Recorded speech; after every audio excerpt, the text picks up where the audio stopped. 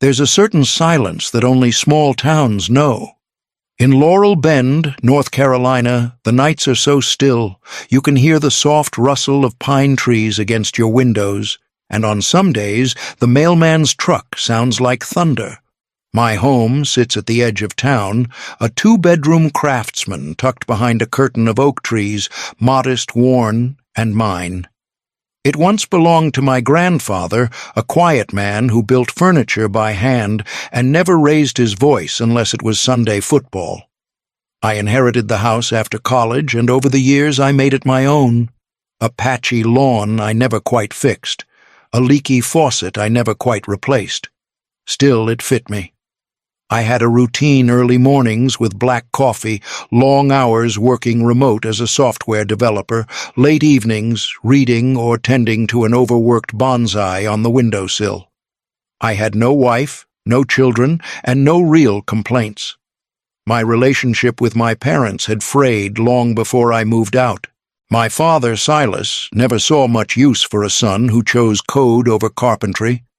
My mother, Marin, had a mouth like velvet and a spine like steel.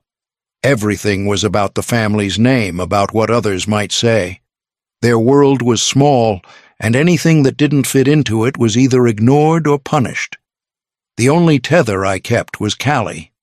Callie was 5 years younger, bright, soft-voiced, with eyes that always looked like they were keeping a secret.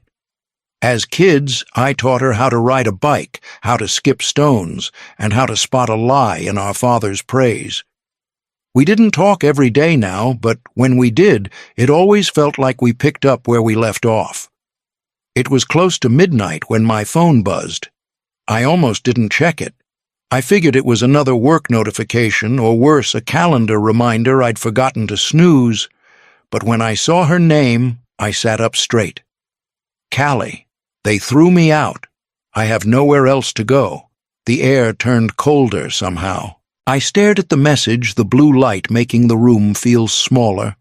My thumb hovered over the screen. I grabbed my keys, pulled on my coat, and walked out into the quiet. She was waiting under the street lamp at the edge of the diner parking lot, her coat too thin for the late autumn chill. The headlights hit her like a stage light, and for a second she just stood there motionless. Then she stepped forward, arms crossed over her stomach, and I saw her. Really saw her. Callie looked different, pale, hollowed out. Her blonde hair was tied back in a way that felt rushed, and her eyes, always quick to smile, were dull and swollen. I pulled the passenger door open and she climbed in without a word. We didn't speak on the drive home. She kept her hands wrapped tightly around her middle as if shielding something or someone. It wasn't until we were inside the porch, light still swaying in the wind, that she sat down on the edge of the couch and whispered, "They told me I was dead to them. I didn't ask who. I didn't have to." Callie wiped at her eyes, but the tears kept coming. She told me that when she confessed to being pregnant, our father called her a disgrace. Our mother didn't even speak, just turned her back and walked out of the room. They gave her 10 minutes to pack. No argument, no offer of help, just a sentence. "You made your choices. Live with them." I sat in the chair across from her trying to make sense of it. My sister cast out like a stranger. The same girl who used to cry when our parents fought and hide behind my legs. Now she was here with nowhere to go and carrying someone else's child. I cleared out the spare room that night. It had mostly been storage and a half-hearted attempt at a home office. I hauled out boxes, laid down fresh sheets, and gave her my only working space heater. She didn't say much beyond thank you, but she clutched my hand longer than she used to. The next morning I adjusted my work schedule, turned down 2 freelance offers, and made a grocery list with her needs in mind. She didn't eat much, slept a lot, and when I asked about the father, she changed the subject, said it didn't matter, said she just wanted the baby to be safe. So I did what I thought was right, and over the weeks that followed, our quiet house became something else entirely. It's strange how quickly a routine can vanish. One day, everything is in its place, Coffee brewed at 6:45 laptop, open by 7 lunch by noon. The next, your morning begins with the sound of someone vomiting down the hall. Callie's needs came quietly at first. A new brand of crackers that helped settle her stomach. Ginger tea instead of coffee in the pantry. A soft request for help getting to her prenatal appointment across town. I said yes to everything, not because I had to, but because saying no didn't feel like an option. I told myself I was just adjusting, that things would settle. But they didn't. They simply kept shifting. I gave her the master bedroom after the second week. She hadn't asked, not directly. But every time she walked down the hallway holding her back and wincing after every step, I couldn't stand seeing her squeeze into the smaller guest room with its sun-faded curtains and old mattress. I moved my things in one trip closet to closet, drawer to drawer, and unfolded the couch without much ceremony. I bought a crib, even though she said we didn't need it yet. Installed outlet covers. Moved my grandfather's rocking chair into the corner of her room, and tried not to flinch when she smiled and said, "It's perfect." My credit card balance ticked upward in quiet guilt. She cried one night, sat at the kitchen table with both hands over her face while a pot of water boiled dry behind her. I didn't ask why. I just shut the burner off and sat with her. Sometimes silence is heavier than words. People in town started noticing, of course. You can't sneak around Laurel Bend. There's always someone behind a curtain, always a whisper just out of reach. Mrs. Kendall from next door leaned over the fence one afternoon and asked if Callie was my girlfriend. I almost choked. She laughed and said, "Well, she's glowing," then added something odd before she turned away. "Funny, I saw Marin at the pharmacy weeks ago picking up prenatal vitamins. Figured they were for a cousin or something." I didn't say anything, just nodded and smiled, but the words lodged in my brain and stayed there. Inside, Callie was folding baby clothes someone from her church had sent her. She looked peaceful, focused. I stood there watching her, trying to imagine what kind of life she thought she was building here. At night, when the house finally quieted, I'd lie awake on the sofa, listening to the hum of the refrigerator and the soft creak of her floorboards. My world used to be so small. Now it had grown to include the weight of another life too, really, and I couldn't quite tell if I was proud or just exhausted. And then one morning, Callie asked me if I'd be willing to meet with our parents. The call came just after dawn, when the sky was still heavy with gray and the streets were slick from overnight rain. Callie's voice trembled through the phone, more fear than pain, but the urgency was clear. I was already pulling on jeans when she said, "It's time." At the hospital, everything blurred.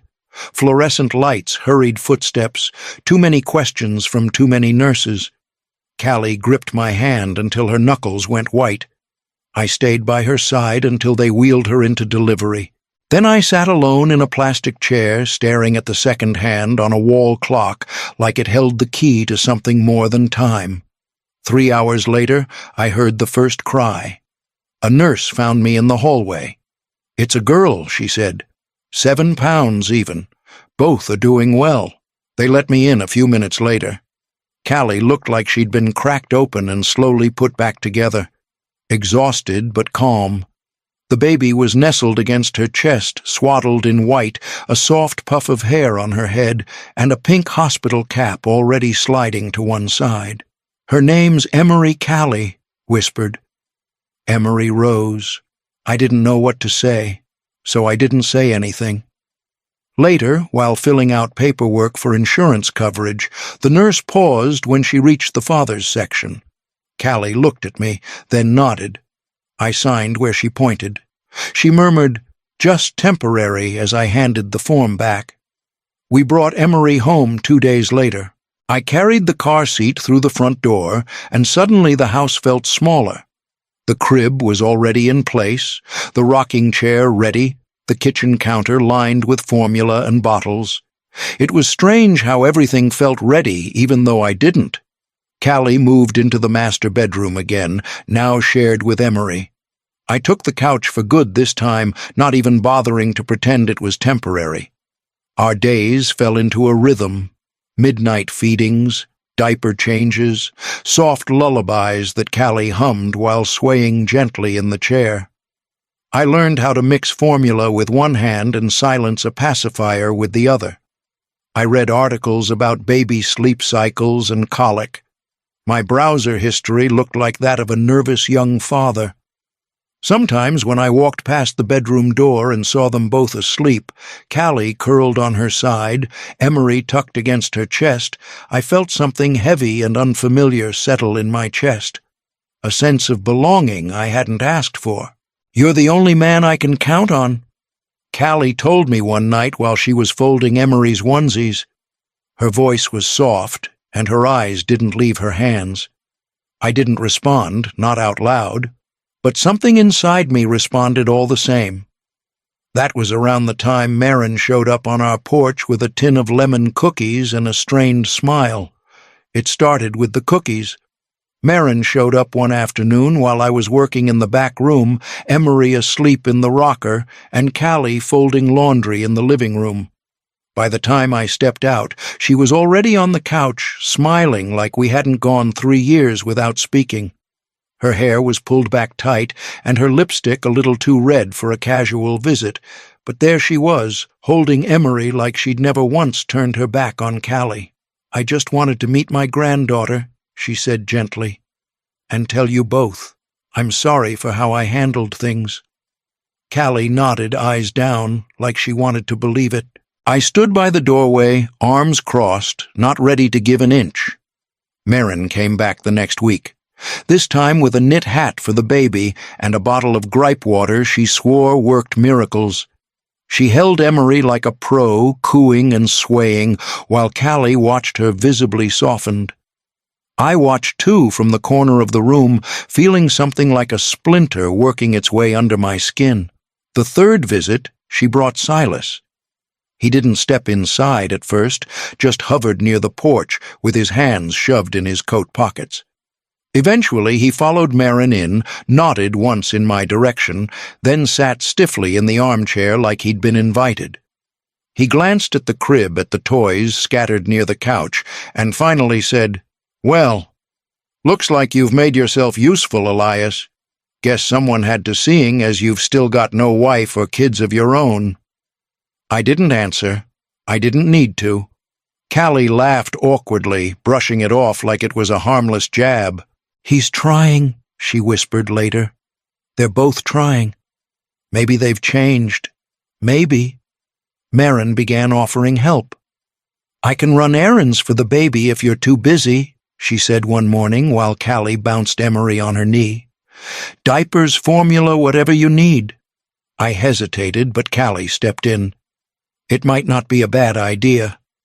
You've been doing everything. Let her help a little." So I agreed once, then again a few days later, and slowly they started to return, not just as visitors but as people who spoke with a sense of comfort. Ownership, even. Silas would walk straight to the fridge and help himself to a drink. Marin rearranged bottles in the cabinet without asking.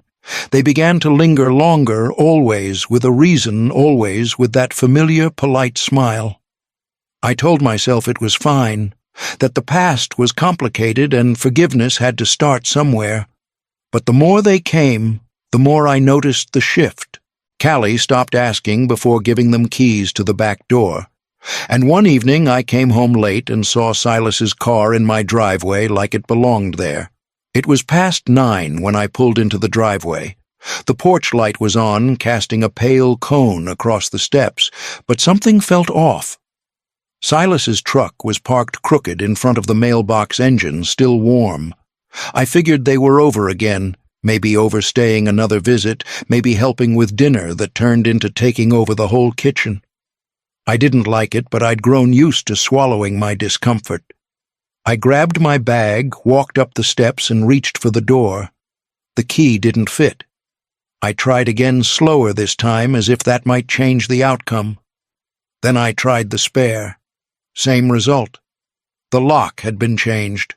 For a few seconds I just stood there staring at the door like it might blink first. Then I knocked. Footsteps. A pause. Then the door creaked open an inch. Callie's face appeared half-lit, eyes wary. Behind her, Merrin hovered in the hallway, arms crossed. Silas stood further back in the living room, holding Emery in one arm like a shield. Callie. My voice was hoarse. "What's going on?" She didn't open the door any wider. "We've been talking," she said, her tone quiet but measured. "And we think it's best if you stay somewhere else for a while." I blinked. "Stay somewhere else?" "This house," she said, and her voice cracked just slightly. "It's better suited for a real family now." I looked past her at the baby toys scattered across the floor. I vacuumed the couch where I'd been sleeping for almost a year. The kitchen I'd stocked the walls I'd painted. My world occupied by people who no longer seemed to think I belonged in it. "You changed the locks." "We had to," Merrin said, stepping forward. "You've been working late, always coming and going. It's confusing for the baby. For Callie, she needs stability." Silas didn't say a word. He didn't have to. His face told me everything. This was planned, decided, executed. Callie closed the door slowly, gently, like she was afraid it might slam. The lock clicked behind her. I stood on the porch in the home I used to call mine, with nowhere to go and nothing to say. I spent that first night in the car, parked on a side street 2 blocks from the house I'd once believed was mine. The windows fogged. My back ached. I didn't sleep, not really. Just sat there staring at the windshield as condensation pooled and the world outside moved on without me. By the next morning I had enough pride to call Jonah, an old college friend who lived across town. He didn't ask questions, just gave me the spare key and said I could stay as long as I needed. I told him it would only be for a few days. It wasn't.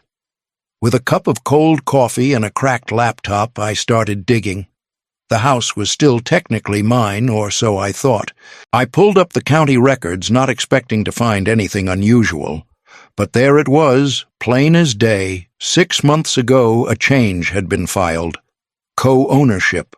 1 Elias Mercer. 1 Callie Mercer. Equal share. I stared at the screen until the words blurred.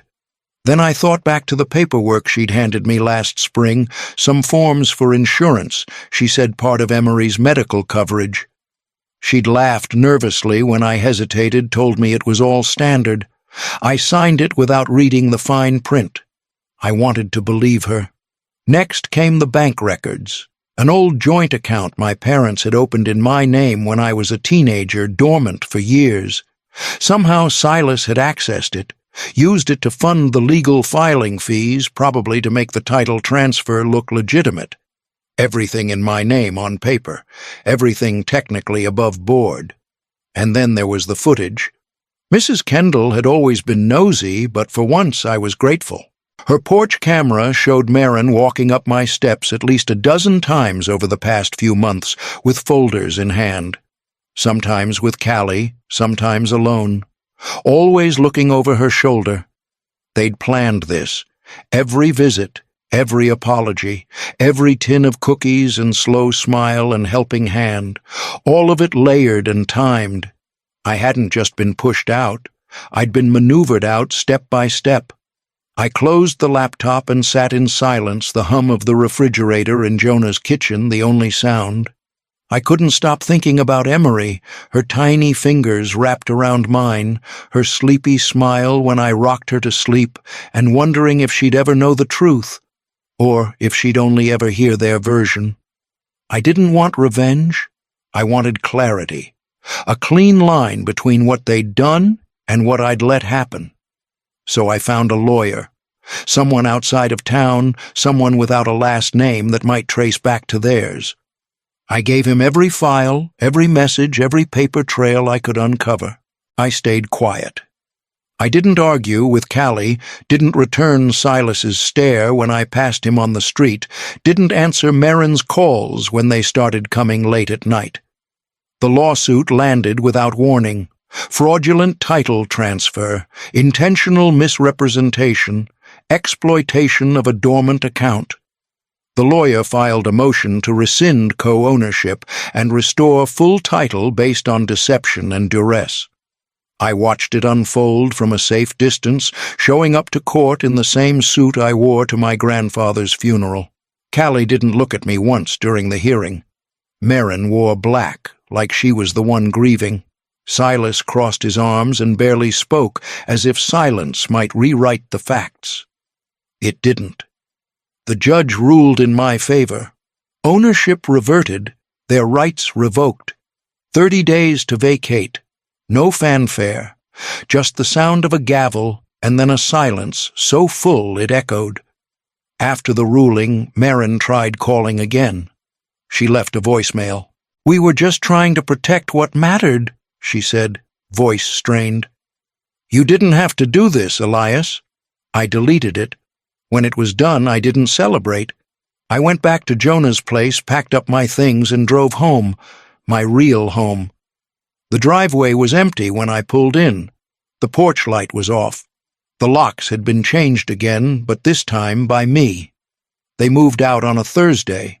No truck, no hired help. Just boxes packed in silence and a sedan with the trunk half open. I parked across the street and waited until most of the furniture was gone before I stepped out. Callie was on the porch, holding Emery, her eyes fixed on the horizon, like it might offer her an excuse not to meet mine. Silas stood near the steps, arms crossed, jaw clenched. Marin hovered behind them with a box in her arms and tears she didn't bother to wipe. No one said a word. I walked past them, slowly, steady, without looking away. I didn't speak.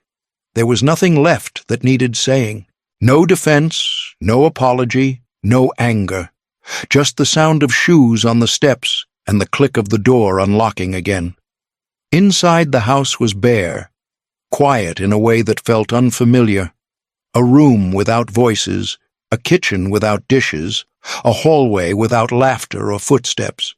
I walked from room to room, touching door frames, breathing in the stillness like it was proof I was alive. When I reached the center of the living room, I stood still for a long time. "I'm home," I whispered. I wrote the letter late one night, long after the lights were out and the silence had stopped feeling heavy. Just me, a pen, and the memory of a little girl who once clutched my finger like I was the safest place in the world. Dear Emery, one day, if you find this, know that I tried to protect you. But I couldn't protect you from the people I trusted. I thought love was enough, that if I gave everything you'd always be safe. Maybe I was wrong. Maybe love isn't just what you give, but who you give it to. I folded the page and slipped it between two boards in the back of the closet. Somewhere it might wait quiet and patient until she was old enough to ask questions, until someone told her a version of things that needed a second voice. I still sleep on the couch. The bedroom doesn't feel like mine anymore, like it still carries the echo of people who pretended to need me. But the doors are mine. The walls are mine. The quiet is mine. And for the first time in years, so is the peace. Can you forgive people who never truly loved you? And what do you do when the villains share your last name?